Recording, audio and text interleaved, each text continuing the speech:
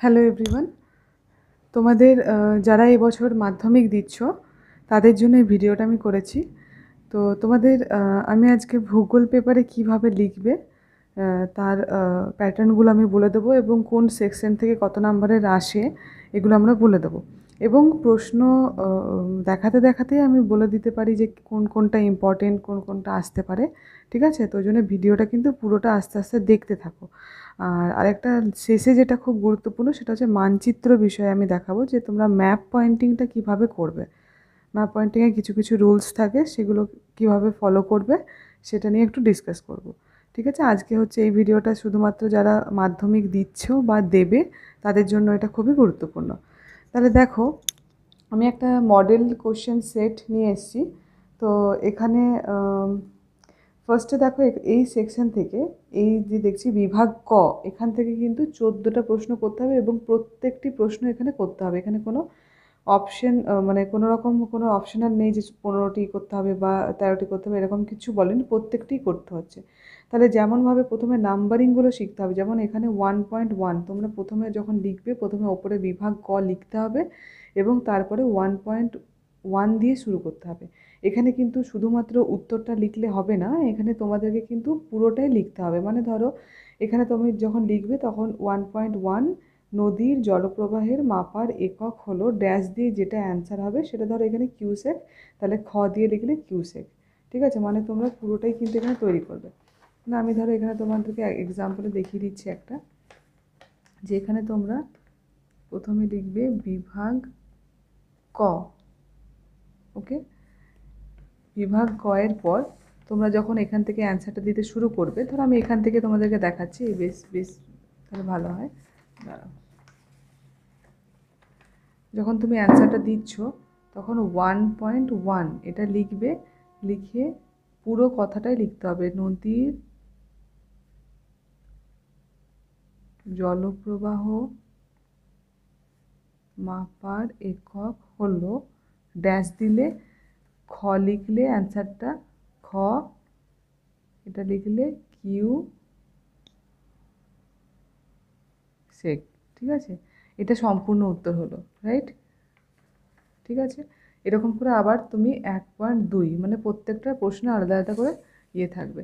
তাহলে আমরা এরকম করে এগুলো 14টা দেওয়া আছে, তোমরা পুরো 14টাই কিন্তু এখানে করবে। এই যে 14টার পুরো অংশ এখানে দেওয়া আছে। যেমন এই যে তারপরে আছে আরোহণ ও অবরোহণ প্রক্রিয়া সম্মিলিত ফল কি, সেটা হবে পর্যায়ন। ঠিক আছে? এরকম করে প্রত্যেকটাই দুটি নদী অববাহিকার মধ্যবর্তী উচ্চভূমিকে কি বলে না জলবিভাজিকা বলে। এরকম করে প্রত্যেকটাই উত্তর তোমাদেরকে তৈরি করতে হবে। ঠিক আছে? এখানে কিন্তু কোনো অপশন নেই। চলে গেল তারপরে, তাহলে এখানে প্রথমে এলো 14টা হলো। এরপরে হচ্ছে বিভাগ ঘ। বিভাগ ঘ থেকে এখানে বলে দিয়েছি, এখানে বলেছে নির্দেশ অনুযায়ী নিচের প্রশ্নগুলি উত্তর দাও। ঠিক আছে? নির্দেশ অনুযায়ী, তো নির্দেশ অনুযায়ী দেখো প্রথমে এরই একটা উপবিভাগ রয়েছে যেটা হচ্ছে 2.1। 2.1 আন্ডারে মানে 2-এর আন্ডারে এগুলো যাচ্ছে, 2.1 2.2 এরকম করে আছে। 2.1-এ এখানে বলছে যে এটা যদি যেগুলো শুদ্ধ হবে মানে এটা সত্য মিথ্যা। তো এখানে তোমাদেরকে কিন্তু বোর্ডের এক্সামে এখানে বলা থাকে শুদ্ধ অশুদ্ধ। তো তোমরা কিন্তু সত্য মিথ্যা লিখে আসবে না, যেমন শুদ্ধ অশুদ্ধ এরকমই লিখতে হবে। ঠিক আছে? ধরো এখানে তোমাদের দেওয়া আছে যে শুদ্ধটাকে সু লিখবে আর অশুদ্ধ হলে অ লিখবে। তো এখানে ধরে নাও যে তোমাদের হরিদ্বার থেকে রাজমহল পাহাড় পর্যন্ত গঙ্গার নিম্নগতি। ঠিক আছে? তাহলে এইটা যদি হয় তাহলে এইটা হচ্ছে নিম্নগতি, মানে না এটা কী হবে মিথ্যা, মানে অশুদ্ধ হবে। তাহলে আমরা এটা পুরো লাইনটা লিখব 2.1.1। তোমরা এটা যখন এটা কমপ্লিট হয়ে গেল, তারপর তোমরা যখন 2.1 যাবে তাহলে 2.1 গেলে তারপর লিখবে 2.1.1, তারপর পুরো সেন্টেন্সটা লিখলে তারপর এখানে লিখবে ড্যাশ দিয়ে অশুদ্ধ, একদম পরিষ্কার করে বড় বড় করে লিখবে, এগুলো যাতে পরিষ্কার হয়। ঠিক আছে? এরকম করে তোমরা যে কোনো কটা করতে বলেছে 6টি, এখানে বলে দেওয়া আছে যে 6টি করতে হবে, এখানে 7টি দেওয়া আছে, তার মধ্যে যে কোনো 6টি। ওকে, নেক্সট হচ্ছে 2.2। এখানেও এখানেও বলেছে যে কোনো 6টি, শূন্যস্থান পুরো কথাটা লিখবে, শুধু উত্তর লিখে দেবে না, পুরো যেটা সেন্টেন্সটা রয়েছে সেটা পুরোটা লিখে এখানে কিন্তু শূন্যস্থানে উত্তর দিও। ওকে, এরপর আমরা পরে যাব। এখানটাতে দেখো এই অংশে রয়েছে হিমবাহ, এখানে একটি বা দুটি শব্দে উত্তর দাও, মানে জাস্ট এক লাইনে উত্তর দিতে হবে। এখানে বলছে হিমবাহ গঠিত উপত্যকার আকৃতি কীরূপ হয়। তুমি লিখবে হিমবাহ গঠিত উপত্যকার আকৃতি ইউ আকৃতির হয়, ব্যাস এইটুকু বললেই হবে। এটা কিন্তু প্রত্যেকটা মান 2.3.1 এই নাম্বারটাই দিতে হবে। এখান থেকে তুমি যে কোনো 6টি করবে। এবারে ধরো কেউ যদি 6টির বেশি করে দিয়েছো, সেক্ষেত্রে কি হবে? যদি ধরো 6টি তুমি বেশি করে দিয়েছো, তাহলে ধরো এখানে তুমি 1টা 2টো 3টে 4টে 5টা 6টা 7টা করেছো, তাহলে ধরো তোমার প্রথম 7টাই কিন্তু দেখা হবে। প্রথম যদি 6টা বলো তাহলে 6টা, সরি 1 2 3 4 5 6 এই 6টাই দেখা হবে। সেখানে ঠিক থাকুক ভুল থাকুক, কিন্তু প্রথম 6টাকে করা হবে, ঠিক আছে? ধরো এটা ঠিক হলো, এই কোশ্চেনটা ঠিক হলো, এটা ধরো হয়তো তোমার কনফিউশন হচ্ছে, ভুল হলো, তখন এটা সব ঠিক, তাহলে কিন্তু এটা কিন্তু ধরে নেওয়া হবে। এখানে তুমি ভেবো না এটা তোমার ঠিক হয়েছে বলে এটা ধরে নেওয়া হবে, না। সবসময় এটাই ইনস্ট্রাকশন থাকে যে প্রথম 6টাকে আমরা কাউন্ট করব, ঠিক আছে? ওই জন্য তোমাদের যদি কোনোটা কনফিউশন মনে হয়, তাহলে তুমি সেটা কেটে দিও পরিষ্কারভাবে। আর কাটবে কীভাবে? যদি কোনো জিনিস কাটো তাহলে এরকম করে একবার কাটবে। ধরো তুমি এই লাইনটা কাটতে চেয়েছো, তাহলে তুমি কিন্তু এরকম করে একদম কাটবে না, ঠিক আছে? কীভাবে কাটবে? একবার, ব্যাস এইরকম করে কেটে দিলেই হবে। বারবার এরকম করে কাটলে কিন্তু নোংরা হবে, ঠিক আছে? ওকে, এরপরে দেখো বাম দিকের সঙ্গে ডান দিক, এইটা একটু বলে দিই কীভাবে করতে হয় বাম দিকের সঙ্গে ডান দিক মেলানোটা। তো এখানে তোমরা যদি এরকম করে মেলাও, সেই ক্ষেত্রে অনেক সময় ধরো আমি এরকম করে মেলালাম যে এটা হট করে এই দিকে চলে গেল, 3-এ ঢুকে গেল কিন্তু হবে 4-এ, সেক্ষেত্রে আবার তোমাকে এখানে কাটতে হবে পেনটা, তো আবার এরকম করে সাইডে করে যাবে, যেটা দেখতে খুবই খারাপ লাগবে, তাই না? ধরো এরকম করে কাটলে এটা হয়তো এখানে যাবে, তখন তুমি এরকম করবে আবার এরকম করে কাটবে, সেটা দেখতে খুব খারাপ হবে। ওই জন্য কীভাবে লিখবে আমি বলে দিচ্ছি। প্রথমে ধরো 2 পয়েন্ট কী কী লেখা আছে একটু বলে দিই। যেমন 2 পয়েন্ট আমি লিখে তারপর তোমাদের দেখাচ্ছি। দেখো দেখো এখানে আমি লিখে দিয়েছি প্রথমে যে বাম দিকটা আমি লিখে দিয়েছি, ঠিক আছে? এবার আমরা ডান দিকটা তৈরি করব। তোমরা এরকম করে লিখতে পারো, যেমন নীলকণ্ঠ শৃঙ্গ, আমরা যদি বইয়ে দেখি তো এখানে নীলকণ্ঠ শৃঙ্গ কোনটা হতে পারে? পিরামিডের চূড়া, ঠিক আছে? তাহলে এটা 4 নাম্বারে আছে, তাহলে আমরা লিখবো কীভাবে? আমরা কিন্তু চাইলে এরকম করে, তোমরা 4 নাম্বারে পিরামিডের চূড়া এরকম যদি লেখো, তাহলে অনেকটা বেশি পরিষ্কার হবে, ঠিক আছে? তুমি যদি এরকম করে তীর চিহ্নটা এরকম দিয়ে দিলে, তাহলে এর এগেনস্টে 4 নম্বরের পিরামিডের চূড়া অনেকটা বেশি পরিষ্কার হবে। ওই ক্রস করে বা আগে যেমন আমরা করতাম সেরকম যদি না করো, তাহলে অনেকটাই কিন্তু বেশি পরিষ্কার হবে। এরপর কর্ণাটকে রয়েছে চেরি ব্লজম, ঠিক আছে? চেরি ব্লজম, তো এটা কোন নাম্বারের এগেনস্টে আছে সেটা কিন্তু দিতেই হবে, 3 নাম্বার, তাহলে আমি এখানে লিখে দেবো 3 নাম্বার, ঠিক আছে? তারপর হচ্ছে বেঙ্গালুরু, এখানে রয়েছে সিলিকন ভ্যালি,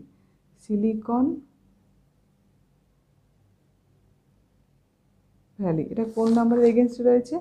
সিলিকন ভ্যালি রয়েছে 1 নাম্বারে। আর কান্ডালা হচ্ছে যেটা 2 নাম্বার আছে, এটা হচ্ছে শুল্কমুক্ত বন্দর।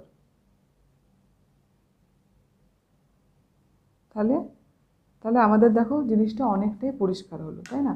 এরকমভাবেও তোমরা কিন্তু করতে পারো, ঠিক আছে? আরেকটা নিয়ম হয়, সেক্ষেত্রে একটু কনফিউজ হতে পারে টিচারের। ধরো এগুলো লিখলে, ধরো এখানে নীলকণ্ঠ আমি লিখলাম,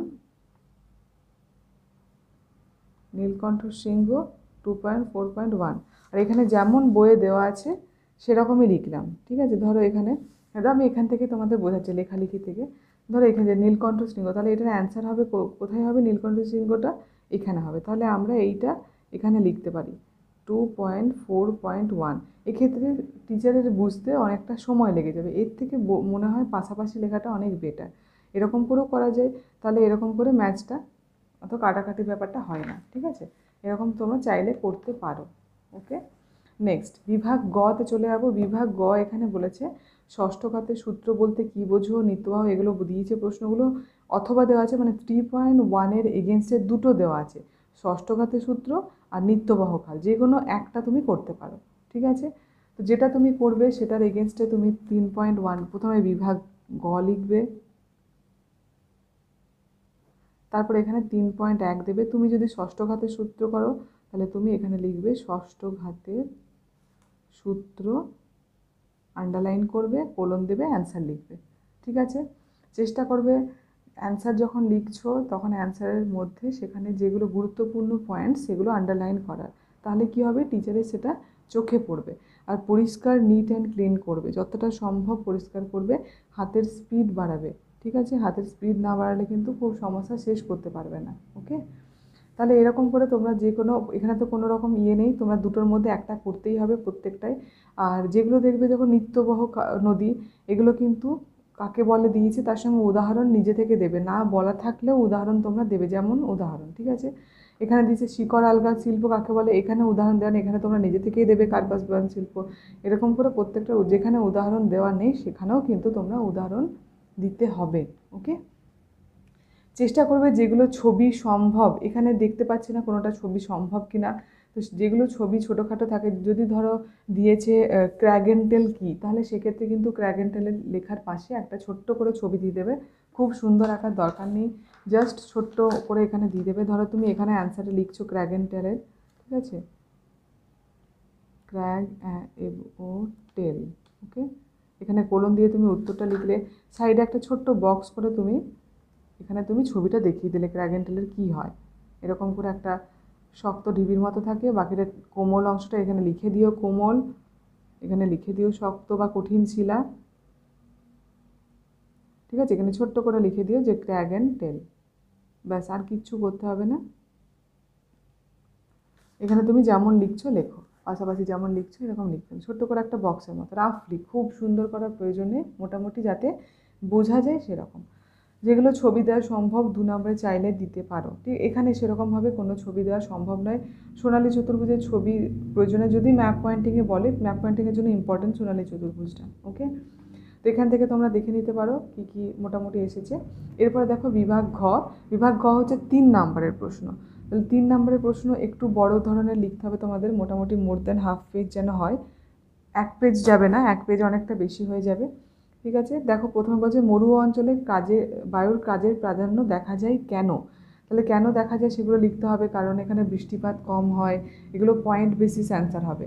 আচ্ছা, এবার তুমি কী করে কোশ্চেন নির্বাচন করবে, যদি ধরো তোমার দুটোই কমন রয়েছে, সবগুলোই মোটামুটি কমন হচ্ছে, সেক্ষেত্রে তোমরা চেষ্টা করবে বৈশিষ্ট্যমূলক লিখতে, বৈশিষ্ট্যমূলক বা পার্থক্যমূলক, সেক্ষেত্রে পয়েন্ট বেস অ্যান্সার সেখানে ছাকা পুরো ফুল মার্কস পাওয়া যায়। ঠিক আছে, যেগুলো একটু ব্যাখ্যামূলক প্রশ্ন, যেমন ধরো এইটা, বাঘস্টুন্ড ও ক্রেভার্স পর্বতরোহীদের কাছে সমস্যা সৃষ্টি করে কেন, এটা নানাজন নানাভাবে লিখতে পারে, এটা 2 লাইনেও অ্যান্সার দেওয়া যেতে পারে, 5 লাইনেও অ্যান্সার দেওয়া যেতে পারে, 10 লাইনেও অ্যান্সার দিতে পারে। ঠিক আছে, সেক্ষেত্রে এটা একটু ব্যাখ্যামূলক।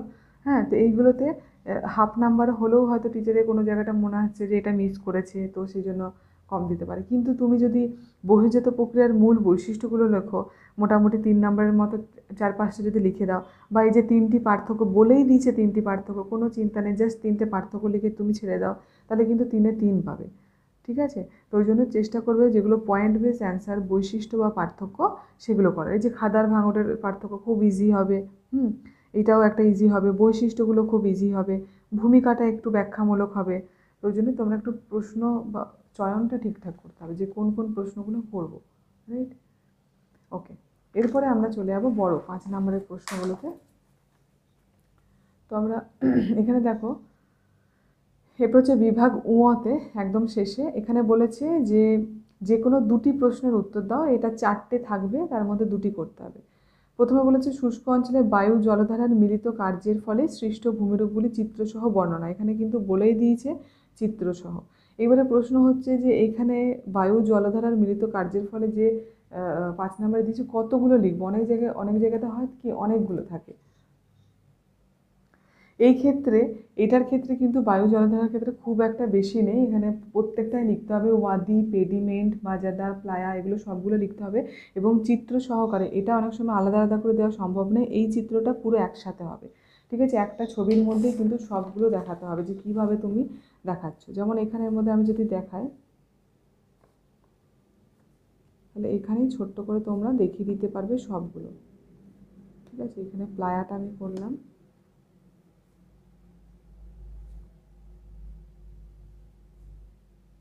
একটু বাড়িতে ছবি না প্র্যাকটিস করলে কিন্তু করতে পারবে না এগুলো। ওকে,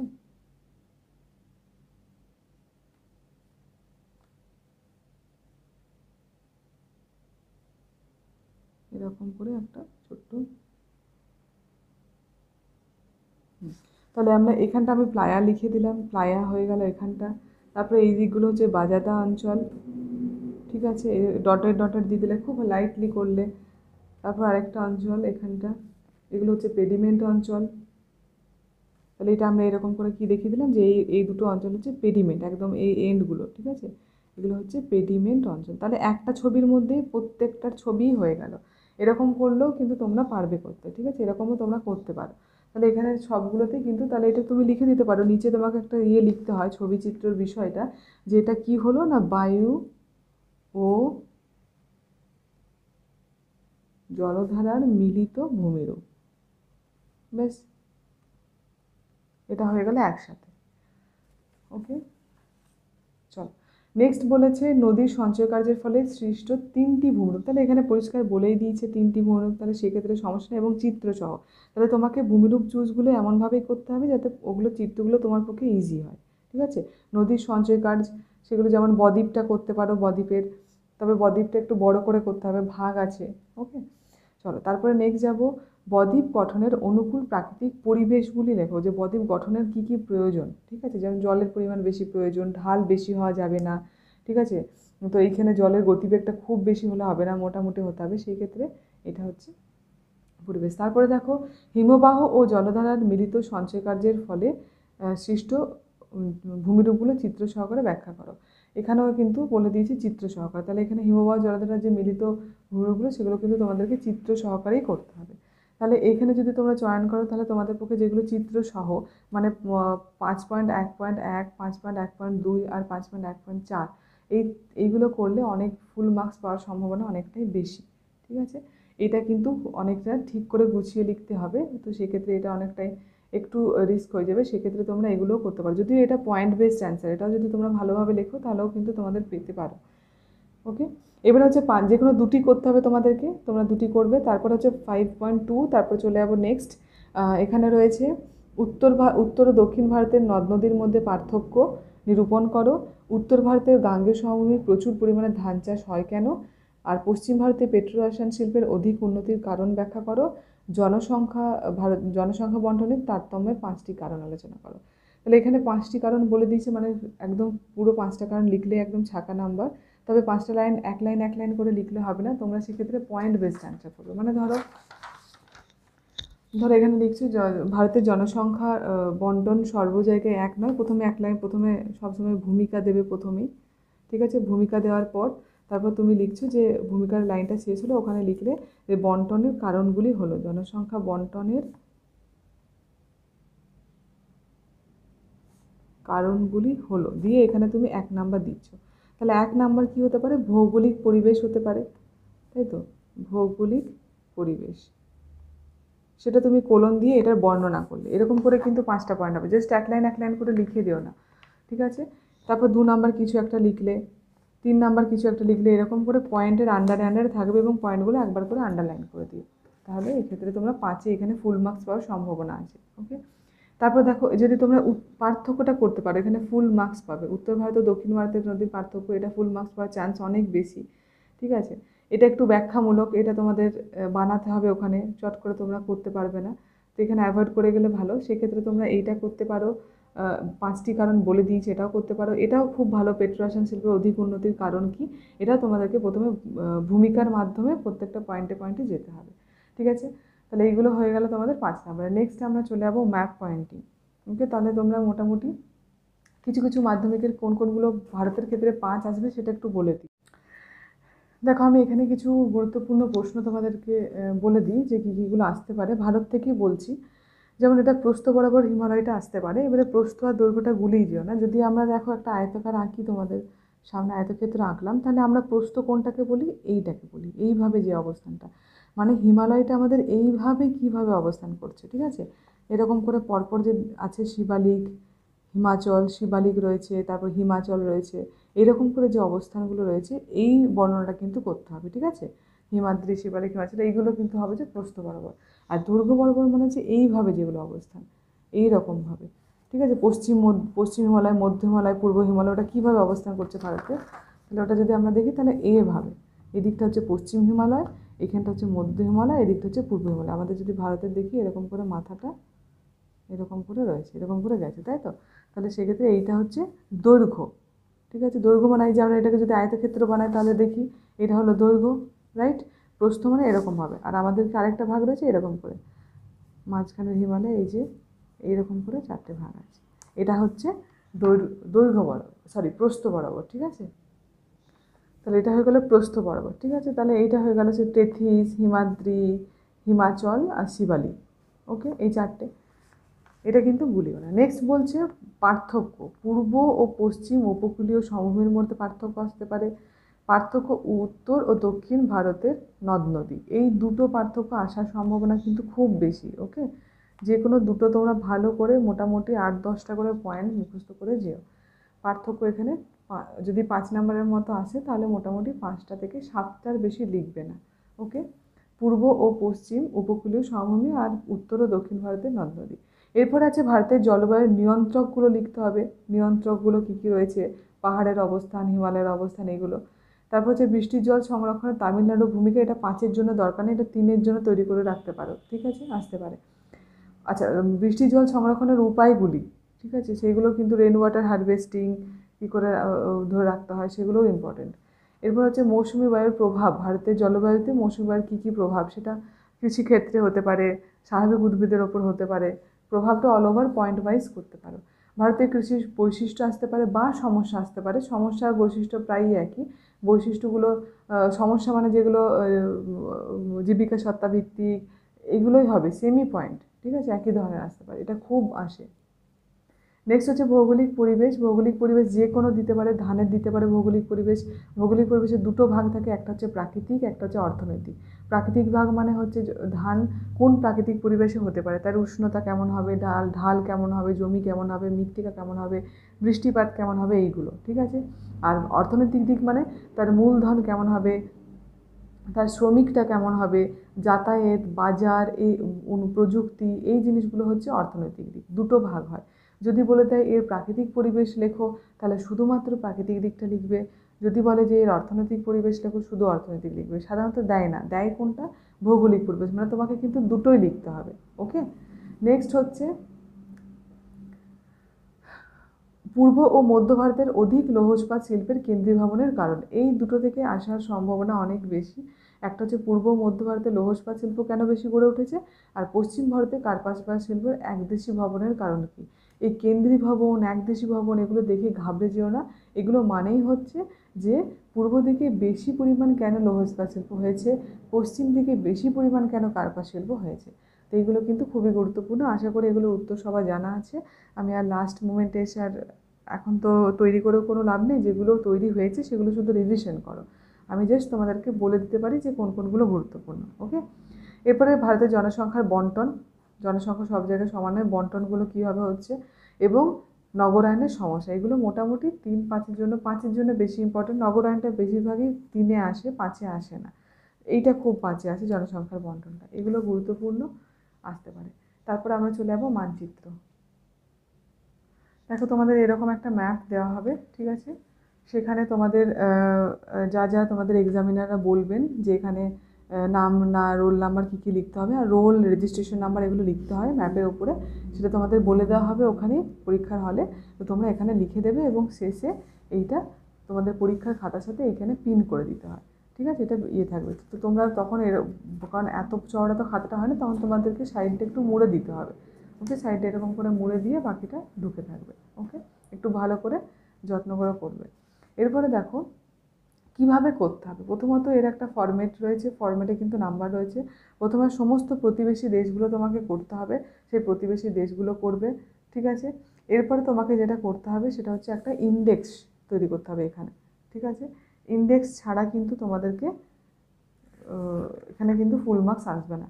আর মানচিত্র হচ্ছে একদম মাস্ট। দেখো এখানে বিভাগ তোমাদের এই অংশটাতে রয়েছে, বিভাগ চতে এখানে মানচিত্র রয়েছে। ভারতের প্রদত্ত রেখা মানচিত্রে নিম্নলিখিত উপযুক্ত নাম ও প্রতীক সহ চিহ্নিত করতে হবে। 10 নম্বরের আছে, 1x10, 10 নম্বরে। এখানে কিন্তু 10টাই থাকে, প্রত্যেকটাই তোমাকে করতে হবে, ঠিক আছে?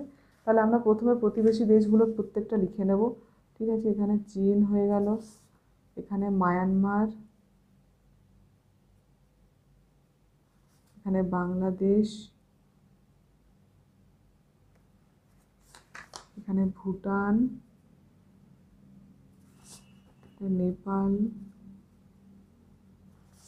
এটা পাকিস্তান, আমি আর লিখছি না, এটা হচ্ছে শ্রীলঙ্কা। তোমরা কিন্তু পুরোটাই লিখবে, ঠিক আছে? আর এদিকেও লিখতে হবে সাগরগুলো, বঙ্গোপসাগর রয়েছে, এটা হচ্ছে আরব সাগর রয়েছে, এটা তোমাদের প্রত্যেকটা। এইটা হলো একটা, প্রথমে প্রতিবেশী দেশগুলো লিখতে হবে। এখানে তোমরা চাইলে আফগানিস্তান লিখতে পারো, এটা লিখে দিও আফগানিস্তান, এই পোর্শনটা, এটা হচ্ছে আফগানিস্তান। তাহলে এটা হচ্ছে তোমাদের মোটামুটি তৈরি হয়ে গেল। এবারে প্রতিবেশীটা হয়ে গেল, এরপরে তোমাদের যা যা ম্যাপ রয়েছে বলেছে সেগুলো তৈরি করতে। তাহলে প্রথমে তোমাদের দেখবো আমরা নীলগিরি পর্বত। তাহলে নীলগিরি পর্বত আমাদের কোথায়? আমাদের এইখানে নীলগিরি পর্বত। তাহলে ওটা আমরা পাহাড়, কারণ সাধারণত এটা কেমন হবে, ত্রিভুজের সাইনের মতো দিচ্ছি আমি পাহাড়ের পিক, এটা হয়ে গেল নীলগিরি। এবারে হচ্ছে আমরা এখানে লিখবো না, আমরা চেষ্টা করব এখানে একটা ইন্ডেক্স তৈরি করা। তাহলে আমি আরব সাগরটা একটু উঠিয়ে দেবো, দিয়ে এখানে আমরা একটা ইন্ডেক্স তৈরি করব। কী করে তৈরি করতে হয়? এরকম করে একটা বক্স করতে হয় যেখানে সাইনগুলো দিতে হয় এবং তার পাশে লিখতে হয়। যেমন এখানে আমি লিখলাম নীলগিরি পর্বত, এবং সাইনটা কী দেবো, এখানে যে সাইনটা দেওয়া আছে ওটা আমি ওখানে করে দিলাম। তার মানে এখান থেকেও দেখে বুঝে গেল যে এটা নীলগিরি পর্বত, রাইট? তারপরে দেখো কি বলেছে, তাপ্তি নদী। নদী কীভাবে করব? এই অংশ থেকে আমরা চলে যাবো, এই যে এইখান থেকে, এই খাঁজ থেকে তাপ্তি নদী যায়, এরকম করে মোটামুটি রাফলি একটা, পুরো এক হবে না, এরকম। সবসময় মাথায় রাখবে নদী যখন করছো তার দিকটা দেখাতে হবে, তীর চিহ্ন দিয়ে, মানে কোন দিকে যাচ্ছে সেটা অবশ্যই দেখাতে হবে। তবে তাপ্তি নদী কোন বাহিনী? পশ্চিম বাহিনীর নদী, তার মানে এই দিকে পড়বে। তাহলে এটাকে আমরা তীর চিহ্ন দিয়ে দেখিয়ে দিলাম, ঠিক আছে? তোমরা চাইলে এখানেও লিখতে পারো যে তাপ্তি, বা এখানে তোমরা একটা দেখিয়ে দিলে ছোট্ট বক্স করে, যে এরকম করে একটা তীর চিহ্ন দেওয়া আছে, এটা হচ্ছে তাপ্তি নদী, এই সাইনটা হচ্ছে তাপ্তি নদী।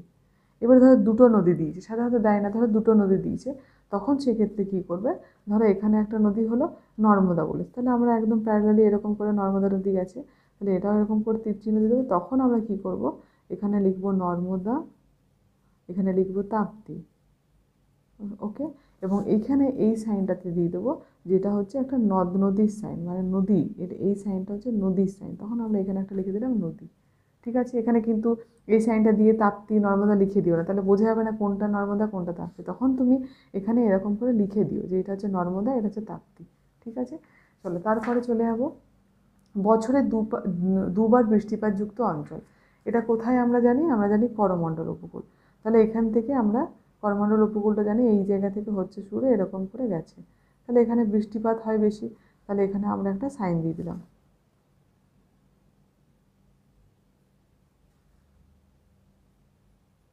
এরকম করে একটা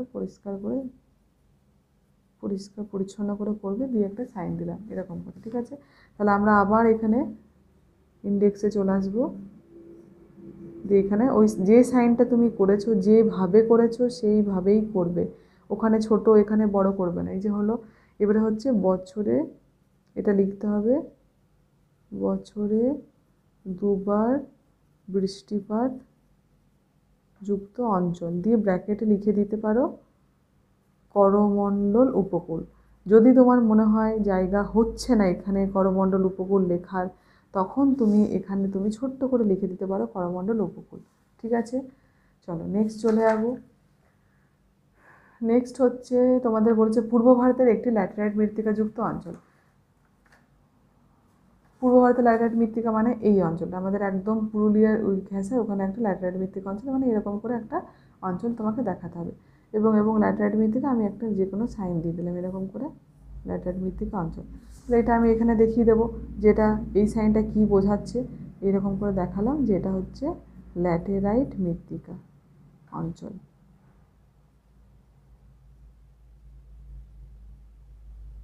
ওকে? চলো নেক্সট চলে যাবো, আছে তোমাদের 5 নম্বরে পশ্চিম ভারতের একটি মিলেট উৎপাদক অঞ্চল। পশ্চিম ভারতের মিলেট উৎপাদক অঞ্চল কী হতে পারে? মহারাষ্ট্র এখানেই হতে পারে, তাহলে আমরা এরকম করে একটা মিলেট অঞ্চল দেখিয়ে দেবো, মিলেট অঞ্চল। তাহলে এরকম করে একটা সাইন দিয়ে দিও কিছু, হলো এটা হচ্ছে মিলেট অঞ্চল। তাহলে আমি ছোট্ট করে একটা বক্স করে এরকম করে দেখিয়ে দিলাম যে এটা হচ্ছে মিলেট অঞ্চল, হচ্ছে। নেক্সট বলেছে ভারতের বৃহত্তম পেট্রোরসায়ন শিল্পকেন্দ্র কোথায় রয়েছে। তাহলে আমাদের শর্ট কোশ্চেনও অনেক স্ট্রং হতে হবে, নাহলে কিন্তু এগুলো বলে দেয় না সবসময় যে কোনটা করতে হবে। তোমাদের এরকমভাবে কোশ্চেনের উত্তরটা কিন্তু অবশ্যই জানতে হবে, যে তাহলে আনসারটা কী হবে, জামনগর। তাহলে কোথায় হবে, জামনগরটা হচ্ছে এই জায়গাতে, গুজরাটের মধ্যে রয়েছে। তাহলে আমরা এটা একটা সাইন দিয়ে দেবো, একটা গোল সাইন দিয়ে দিলাম এরকম, ঠিক আছে। এখানে তোমরা চাইলে লিখে দিতে পারো জামনগর, এখানে তোমরা লিখে দিতে পারো জামনগর। তারপরে এখানে গোল সাইন দিলে এখানে এটা লিখে দাও যে এটা হচ্ছে পেট্রোরসায়ন কেন্দ্র, পেট্রোরসায়ন কেন্দ্র। ওকে, নেক্সট দেখো, নেক্সট তোমাদের এখানে দেখো রয়েছে 7 নম্বরে ভারতের সর্বাধিক জনঘনত্বপূর্ণ কেন্দ্রশাসিত অঞ্চল। জনঘনত্ব সব থেকে বেশি কোন কেন্দ্রশাসিত অঞ্চল রয়েছে, দিল্লিতে। তাহলে আমরা দিল্লিটা কিভাবে দেখাবো, দিল্লিটা হচ্ছে কোথায় রয়েছে, এই যে খাঁজটা দেখতে পাচ্ছি, ঠিক এর সোজাসুজি আসবো আর এর সোজাসুজি আসবো, ঠিক মাঝখানটা, মানে এই অঞ্চলটা হচ্ছে দিল্লি। তাহলে এইখানটা আমি কিছু একটা দিয়ে দেবো, যেহেতু এখানে খুবই ছোট অঞ্চল, তাহলে এমন একটা দিতে হবে যাতে সাইন বোঝে। তাহলে তোমরা চেষ্টা করবে ছোট অঞ্চলে সেট দিয়ে দেওয়ার, কারণ ওখানে সাইন স্পষ্ট হবে। তাহলে আমি এটা সেট দিয়ে দিলাম। তাহলে এটা হলো দিল্লিতে, যেখানে তাহলে তোমরা এখানে লিখে দিলে যে অধিক ঘনত্বযুক্ত কেন্দ্রশাসিত অঞ্চল, এখানে তোমরা কিন্তু কথাটা লিখে দিও। ওকে, নেক্সট আমরা যাব হাইটেক বন্দর। এই যে হাইটেক বন্দর তোমাদের জানতে হবে কোনটাকে বলা হয়, নবসাবা বা মুম্বাই। তাহলে সেটার অবস্থান কোথায়, এখানে। তাহলে এখানে আমি একটা জাহাজের মতো ছবি এঁকে দিলাম যে এটা হচ্ছে হাইটেক বন্দর। হলো, তোমরা এখানে লিখে দিতে পারো যে এখানে হাইটেক বন্দর, বা এখানে একটা আমি আবার এখানে একটা হাইটেক বন্দরের সাইন দিলাম, এটা হচ্ছে হাইটেক বন্দর। এখানে তোমরা লিখে দিতে পারো নবসেবা এই জায়গাটাতে, ঠিক আছে, হাইটেক বন্দর, ঠিক আছে। তারপরে রয়েছে পূর্ব ভারতের একটি বৃহত্তম মহানগর। কি হতে পারে পূর্ব ভারতের বৃহত্তম মহানগর, কলকাতা। কলকাতা চেনার সব থেকে ইজি উপায় হচ্ছে এই যে খাঁজটা রয়েছে ম্যাপে, এটা হচ্ছে হুগলি, ভাগীরথী হুগলি। এখানে একটু উঁচুতে যেয়ে আমরা কলকাতাটা মার্ক করবো। এবারে সেম দেওয়া যাবে না, ওই জন্য একটু চেঞ্জ করতে হবে। সেক্ষেত্রে আমরা এরকম একটা ইয়ে করলাম, এবং এখানে তোমরা লিখে দিও কলকাতা, এখানে ছোট্ট করে লিখে দিও, এবং সেটা আমরা এখানে দেখিয়ে দেবো ইয়েতে, ইন্ডেক্সে, যে এটা কী হচ্ছে। এখানে আমরা লিখে দিলাম যে এটা হচ্ছে একটা বৃহত্তম মহানগর, পূর্ব ভারতের একটা বৃহত্তম মহানগর, এখানে আমরা লিখে দেবো, যেটা কোশ্চেনে রয়েছে অলরেডি, ঠিক আছে। চলো তারপরে আমরা যাচ্ছি দক্ষিণ ভারতের একটি, হ্যাঁ এটাই লাস্ট, দক্ষিণ ভারতের একটা আন্তর্জাতিক বিমানবন্দর। তাহলে আমরা দক্ষিণ ভারতটা দেখাই। তাহলে দক্ষিণ ভারতের হচ্ছে চেন্নাইটা আমরা করতে পারি। তাহলে এখানে হচ্ছে চেন্নাই। তাহলে এখানে আমরা একটা সাইন দিয়ে দেবো কিছু, যাতে স্পষ্ট হয়। একটা চৌকো দিলাম এরকম করে, ঠিক আছে, এটা পরিষ্কার দিলাম। এখানে লিখে দিও তোমরা চেন্নাই, এবং এটা এখানে তোমরা দেখিয়ে দিও যে এটা হচ্ছে একটা ইন্টারন্যাশনাল, দক্ষিণ ভারতের ইন্টারন্যাশনাল এয়ারপোর্ট। তাহলে এইটা হলো, এগুলো কি ইন্ডেক্স, ঠিক আছে, আমি এগুলো লিখছি না, তোমরা এখানে তাহলে ইন্ডেক্সের বাংলাটা লিখতে হবে নির্দেশিকা। তাহলে এটা হয়ে গেলে একটা নির্দেশিকা, এবং চেষ্টা করবে এটা একটা ছোট্ট করে ছক করে দেওয়া এই জায়গাতে, ঠিক আছে, ছোটোর মধ্যে করার চেষ্টা করবে যাতে হয়ে যায়, বা এখানেও করতে পারো, বা এদিকেও করতে পারো, বা এদিকেও করতে পারো। সেক্ষেত্রে যদি এখানে জায়গা না হয়, বঙ্গোপসাগরটা একদম ছোটো করে ওপরে এখানে লিখে দিলে, তাহলে এখান থেকে তোমরা অনেকটা জায়গা পেয়ে যাবে নির্দেশিকার করার, ঠিক আছে।